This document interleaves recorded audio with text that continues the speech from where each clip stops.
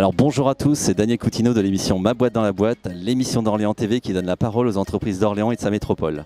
Aujourd'hui, parlons de mutuelles, de garanties, de remboursement et de complémentaires santé, puisque nous sommes accueillis à la MUROS, la mutuelle régionale des organismes sociaux.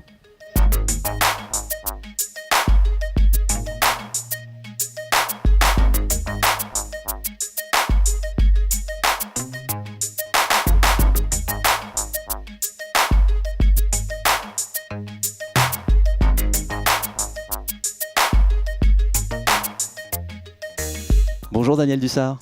Bonjour Monsieur Coutinho.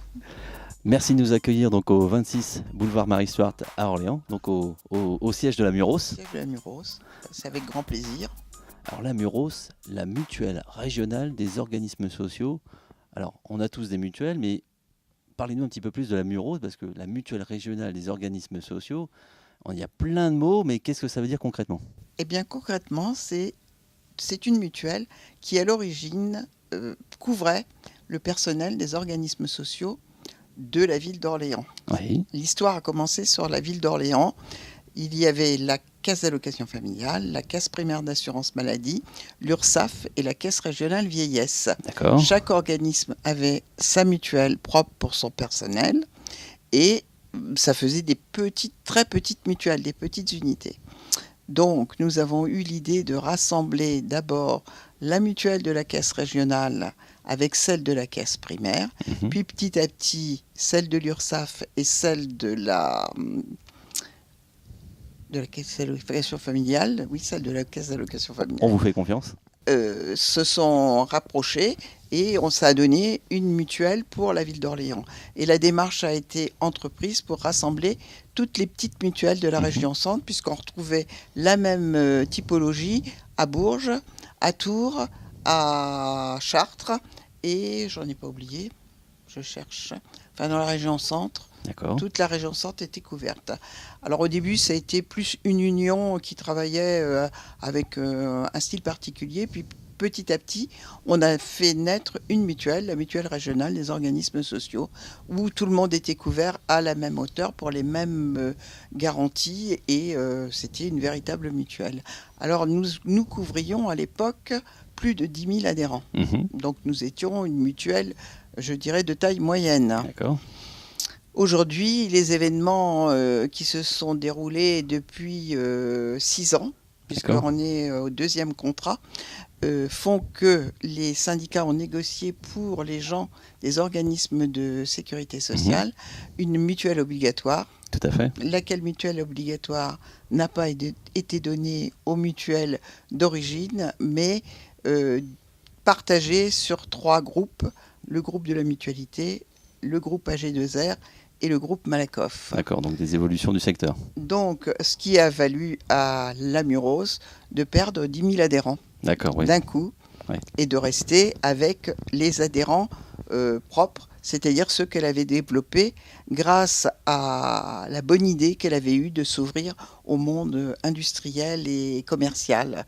Ce qui fait que maintenant, la mutuelle a gardé le nom de mutuelle des organismes sociaux, mais c'est une mutuelle normale qui couvre tout le monde et qui, dès l'instant que vous vous présentez pour souscrire un contrat, devient un adhérent mutualiste de la MUROS. Alors je pense pour les personnes qui nous suivent habituellement, parfois c'est un peu obscur le monde de la mutuelle ou le fonctionnement en tout cas de sa mutuelle. Finalement, votre métier, c'est quoi Daniel aujourd'hui ? Mon métier, c'est de proposer aux gens qui souhaitent avoir une couverture complémentaire à celle des régimes obligatoires de sécurité sociale, parce qu'il n'y a pas que la sécurité sociale, il y a la MSA, il y a les régimes annexes type SNCF et j'en passe, et d'autres, et de leur offrir une couverture complémentaire avec des garanties où ils peuvent choisir d'être partiellement couverts, complètement couverts et très bien couverts. Alors, c'est-à-dire que la sécurité sociale vous rembourse une certaine somme. Elle a pour ça un catalogue avec des tarifs de base. Le rôle de la mutuelle, c'est d'assurer le 100% du tarif de base de la sécurité sociale. En gros, la Sécu fait 60 ou 70%, la mutuelle fait 40 ou 30%. C'est un régime de base. Ensuite, en tant que mutuelle, on peut proposer des garanties plus intéressantes, c'est-à-dire des couvertures qui vont au-delà du tarif de sécurité sociale. Et puis vous avez des surcomplémentaires que l'on propose, qui sont des garanties qui couvrent très nettement des aspects très spécifiques que les gens choisissent. Dans l'actualité, ce genre de garanties sont très difficiles à gérer dans la mesure où les gens les souscrivent pour les consommer. D'accord. Donc il est très difficile d'être à l'équilibre sur ces garanties-là sans les proposer à des prix qui sont un peu... oui, parce que évidemment, si on veut une bonne couverture, il faut la payer, sa bonne couverture. Et aujourd'hui, on a un petit peu du mal à intégrer ce genre de propos. Alors aujourd'hui, finalement, la Muro, c'est combien d'adhérents ? Eh bien, aujourd'hui, la Muro, c'est 3500 adhérents. 3500 adhérents. Dont 1500 qui restent quand même issus des organismes sociaux. Voilà, ça reste ce vivier un peu historique et un peu structuré et rattaché à cette Muro, d'accord. Et donc, du coup, combien de produits, de services vous proposez par rapport à l'ensemble de ces adhérents ? C'est-à-dire qu'on a, en fait, on a 4 garanties de base. Après qu'on déploie de façon, je dirais, démultipliée lorsqu'on passe par des courtiers. Oui. Parce que pour placer nos garanties, on fait appel à des courtiers et nos garanties de base sont reprises par les courtiers, mais vendues sous le label du courtier. Voilà. Donc, c'est 4 de base. Nous avons Studio, Mezzo, Patio et puis Patio Plus. Ah oui, la Micro aussi, oui. Micro alors la Micro, ça porte bien son nom parce que c'est vraiment l'hospitalisation de base pour que les gens qui sont hospitalisés soient couverts. Le risque qui touche le plus le portefeuille quand on est malade. Alors on imagine par rapport à ce que vous avez décrit que la Muros en tant qu'acteur des complémentaires a vu aussi le métier de la santé beaucoup évoluer. Et aussi donc les métiers donc de la complémentaire aussi évoluer également. Quel recul vous faites par rapport justement à l'évolution à la fois technologique, on parle de plus en plus de télémédecine, mais aussi finalement tous ces nouveaux équipements médicaux qui sont à la disposition des médecins, mais en même temps il faut bien investir. Donc aussi parfois ce débat qu'on peut avoir entre à la fois le coût de la médecine de proximité, la médecine de ville, et finalement combien les patients que nous sommes tous finalement sont remboursés et doivent régler. En ce qui concerne le remboursement des adhérents, c'est fort peu perceptible sur leur cotisation. Par contre, dans le coût d'adaptation pour les organismes comme les nôtres, donc les mutuelles, je vais vous donner un exemple qui est très parlant. Dites-nous tout. Vous savez qu'il a été question du tiers payant généralisé. Tout à fait. Le tiers payant généralisé qui est devenu généralisable, mais plus généralisé. Eh bien, c'est une opération qui, pour ne pas servir, a coûté la bagatelle de 35 000 € à la Muros, pour ne pas servir. Donc, nous, en tant qu'organisme complémentaire, on est partie prenante sur toutes les nouveautés, les améliorations. On veut bien marcher dans toutes les modernités possibles, à condition que ce ne soit pas des coups d'épée dans l'eau. Et malheureusement, lorsqu'on travaille avec les gens du national, les coups d'épée dans l'eau sont quand même des choses qu'on rencontre très souvent. Oui, certains challenges. Et voilà, parce que ici, la France, c'est le pays des petits pas. On fait 3 pas en avant, on recule de 2 pas, on a gagné 1 pas. Voilà, le tiers payant, c'est ça. Le tiers payant généralisable, on n'a pas été capable de l'imposer. Sauf que pour être prêt, les mutuelles ont investi, on a tous investi. Et pour une mutuelle de la taille de la Muros, c'est 35 000 €. D'accord. 35 000 € qui ne vont pas au remboursement des adhérents. Je comprends. Mais en même temps, vous parliez de faire des pas en avant. Ah oui, mais ça, on est tout à fait preneur. Un des pas en avant les plus marquants pour les mutuelles, ça a quand même été les échanges informatiques avec les mutuelles, où par contre, ça a un impact sur le personnel parce que ça diminue quand même la charge, mais c'est quand même des remboursements qui se font par le biais des tuyaux, sans que personne ne touche, et qui qui arrive 48 heures après que les soins aient eu lieu, quoi. C'est quand même un grand pas dans la modernité, cette affaire-là. Oui, et puis si on prend l'histoire de la Murose, finalement, j'ai bien compris qu'il y avait cette évolution on va dire du public, dans le sens où on passe d'organismes sociaux qui sont effectivement installés, vers, je l'ai compris, des publics peut-être plus de l'ordre du privé, ou en tout cas d'autres secteurs. Oui, c'est ça.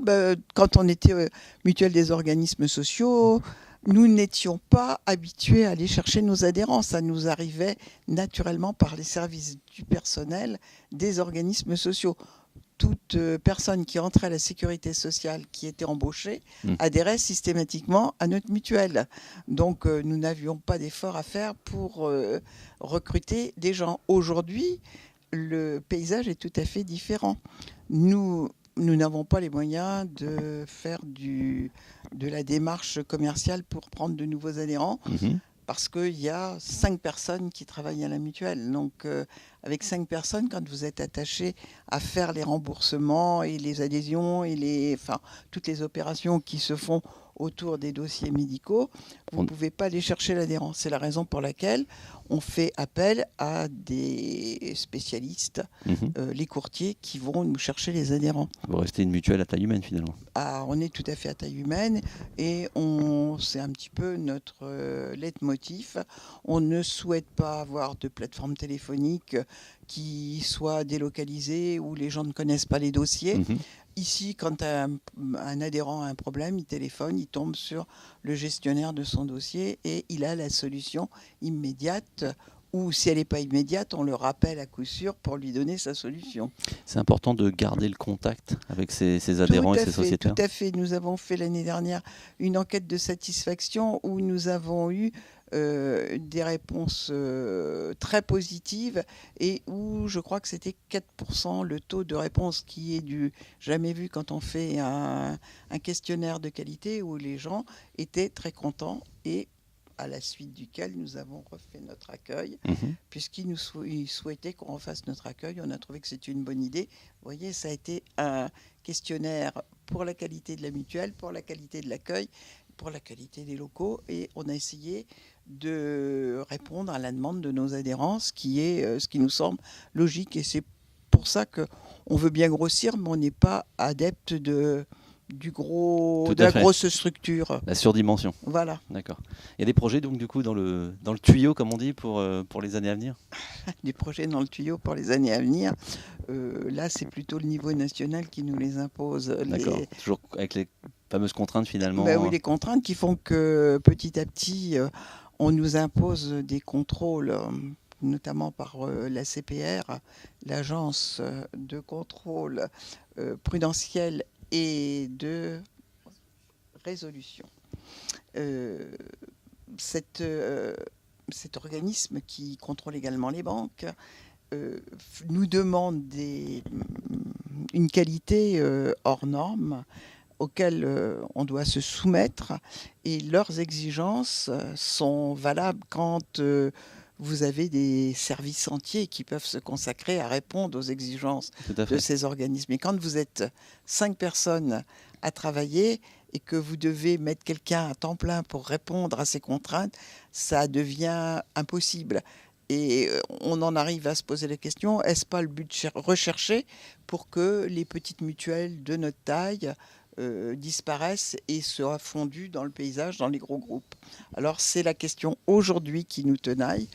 Que devons-nous faire? Est-ce qu'on continue à vivre comme on est là, mais ça devient très très très difficile, ou est-ce qu'on se rapproche d'une structure? C'est toute la question, et ce sera certainement la question qui va nous animer pendant les 2 années à venir. Et ce sont des vraies questions d'entrepreneurs, et ce sont des vraies problématiques d'entrepreneurs qu'on apprécie dans Ma boîte dans la boîte.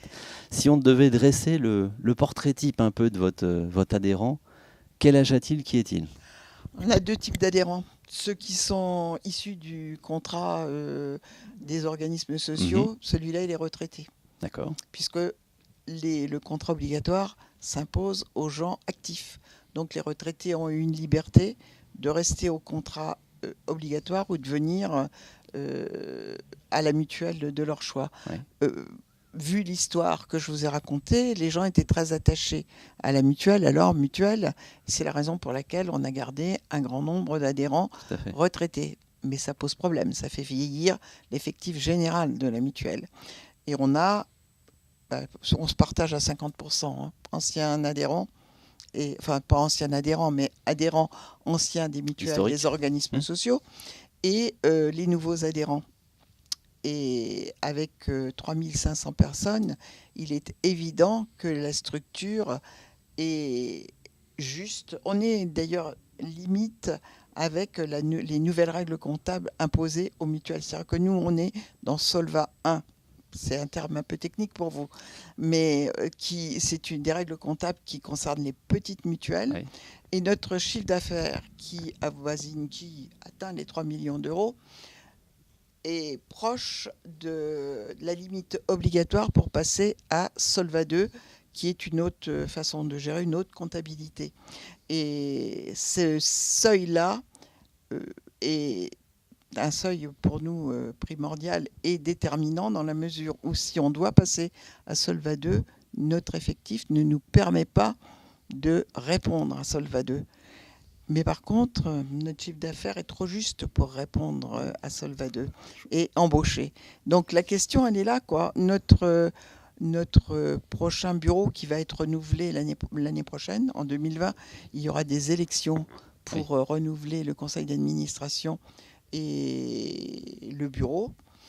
Ce bureau-là devra répondre à la question, est-ce qu'on reste petite mutuelle avec tous les risques qui sont inhérents, ou est-ce qu'on continue en se rapprochant d'une mutuelle que l'on choisit, parce que pour l'instant, nous avons le choix, avant que le niveau national nous impose de rallier un groupe qui ne serait pas forcément celui qu'on choisit et celui à qui on voudrait confier nos réserves. Et on sent bien toute la spécificité technique finalement qui est liée à vos métiers, qui est pas évidente à se rapproprier, hein, puisqu'on parle de comptabilité, effectivement, tous ces sujets. Finalement, j'habite Orléans Métropole. Qu'est-ce qui me fait choisir la Muros comme mutuelle ? Eh bien, ce côté de proximité, la proximité qu'on veut garder, la proximité qu'on a mis en venant s'installer dans un quartier neuf, qu'il fallait soutenir parce qu'on est quand même proche d'un quartier pas très facile pour Orléans. On est à proximité de On a l'Argonne. voulu le rénover. Nous, on a tout de suite dit, OK, on a répondu présent, on va aller s'installer dans le quartier, on sera sur la gare du tram. On Donc, est face à l'arrêt le du tram. s'arrête devant notre mutuelle. Pour nous, c'était un argument de côté social, on se rapproche de l'Argonne, on est dans un quartier qui n'est pas forcément facile, il faut jouer le jeu, on y va. Et puis d'un autre côté, il y a la proximité, on est là, on répond, et Orléans peut se targuer d'avoir la dernière petite mutuelle de la région Centre. Nous sommes la dernière petite mutuelle de la région Centre. La mutuelle à taille humaine. Hein. Mutuelle à taille humaine. Pour nous, ça a été un challenge pour nous réussir, parce que je peux vous dire qu'on a vécu des mois et des semaines difficiles, parce qu'on était les seuls à être installés là. Le cabinet comptable qui est là n'y était pas. Ça faisait un peu zone. À côté, l'espace jeu, qui maintenant rend le quartier très propre, n'y était pas, et on était très zone. Il fallait avoir envie de vivre dans le quartier. Mais on l'a fait, on a tenu, et on y est arrivé. Et on est content d'être là. Et on pense qu'on a fait du bout de l'avenue Marie-Histoire une belle histoire. Alors Nicolas Didier, on l'a vu tout à l'heure avec Daniel Dussard, donc les métiers de la Muros ont constamment évolué. Donc qu'est-ce qui est réellement important maintenant, au jour d'aujourd'hui, pour cette équipe ? Effectivement, la plus grande importance à laquelle on attache, c'est la qualité de service. C'est-à-dire qu'aujourd'hui, tous les adhérents qu'on a sont gérés vraiment sur la mutuelle à Orléans. C'est-à-dire qu'il n'y a pas de décentralisation, tout est vraiment géré ici. Et c'est un point extrêmement important pour lequel on accorde notre plus grande importance, c'est nos adhérents d'abord. C'est-à-dire que tout est géré ici, aussi bien pour les professionnels que pour les particuliers. Parce qu'aujourd'hui, effectivement, notre offre est tournée principalement vers les particuliers. qui recherchent une mutuelle de qualité, mais surtout aussi vers les professionnels. C'est-à-dire qu'on assure aussi pas mal d'entreprises. Des entreprises aussi à taille humaine, beaucoup d'artisans, beaucoup d'entreprises avec un effectif de moins de 10 salariés. C'est aujourd'hui nos principaux clients. Et c'est aussi pour ça aujourd'hui qu'on accorde une grande qualité à la qualité du service. On le rappelle, la Muros, c'est une mutuelle donc à taille humaine, donc avec des effectifs réduits. Malgré tout, on sent bien que sur ces sujets de la complémentaire santé, ce sont des métiers et des compétences bien spécifiques. Finalement, c'est quoi un peu vos challenges au niveau de la RH et de la montée en compétences ? Notre challenge aujourd'hui, pour la majorité, pour tous nos salariés, la majorité est, comme je vous disais, tournée vraiment vers la qualité liée et servie aux adhérents. Puisqu'aujourd'hui, c'est la seule vraie différence. Puisqu'il faut savoir qu'au niveau tarifaire, on sait qu'on est bien placé. Mais ce qui fait vraiment la différence, c'est le service à la clientèle. Parce qu'aujourd'hui, vous pouvez aller dans n'importe quelle mutuelle de grande taille, vous êtes globalement un numéro. Aujourd'hui, chez nous, le parti pris, c'est la qualité de service et l'individualisation et le conseil surtout. Ce qui n'est pas forcément le cas. Dans une grosse mutuelle, vous avez des plateformes où les gens répondent aux questions et se contentent de faire ça. Alors on parle de plus en plus de la guerre des talents et comment chaque acteur économique, TPE, PME, grands groupes et aussi les mutuelles donc sont en constante évolution par rapport à leurs collaborateurs et aux nouveaux collaborateurs dont ils vont avoir besoin demain. Finalement, Nicolas, comment vous adressez ces problématiques au sein de la Muros ? C'est pour ça qu'aujourd'hui, nous, pour tous nos salariés, on travaille énormément l'employabilité. Oui. C'est-à-dire que pour nous, c'est quelque chose d'extrêmement important, aussi bien pour la qualité de service que pour l'avenir. C'est-à-dire qu'aujourd'hui, tous nos salariés sont formés aux derniers outils informatiques qui leur permettent effectivement de gérer au mieux les remboursements des adhérents, donc ce qui est effectivement notre ligne directrice. Bonjour Séverine. Bonjour Daniel. Donc merci de nous accueillir un peu dans la partie plus détente de la Muros. Donc Nicolas, il nous a bien expliqué donc un petit peu ce qui était important pour vous, hein, la qualité et la qualité de service. Mm-hmm. Finalement, Séverine, une bonne journée pour un collaborateur de la Muros, c'est quoi ? Une bonne journée pour un collaborateur de la Muros. Je dirais que apporter satisfaction à nos adhérents, répondre à leurs attentes, ça c'est une bonne journée. Voilà, le faire dans le sourire et le transmettre à nos adhérents. Oui. Alors on l'a vu, on est en périphérie un peu d'Orléans, on n'est pas trop loin du centre-ville, on est effectivement sur l'Est orléanais, donc on est sur une mutuelle à taille humaine et finalement on est un acteur de proximité. Est-ce que ça c'est important pour toi au quotidien ? Oui, c'est important, oui, bien sûr. C'est vrai que notre choix, comme disait Madame Dussard, d'être positionné hors du centre-ville, c'était aussi une façon de nous démarquer, d'être différent, d'être proche d'un autre secteur. Après tout, pourquoi le centre-ville et pourquoi se retrouver avec tous les concurrents habituels. Ouais. Donc, et puis près des voies de tram, c'était l'idéal aussi. Ouais. C'est plus facile pour nos adhérents de venir, c'est plus facile de nous faire connaître. Donc oui, c'était important pour nous. On retrouve finalement un peu cette logique de, je dirais pas de commerce de proximité, mais en tout cas d'acteurs de proximité. Oui, on est vraiment dans cet élément-là.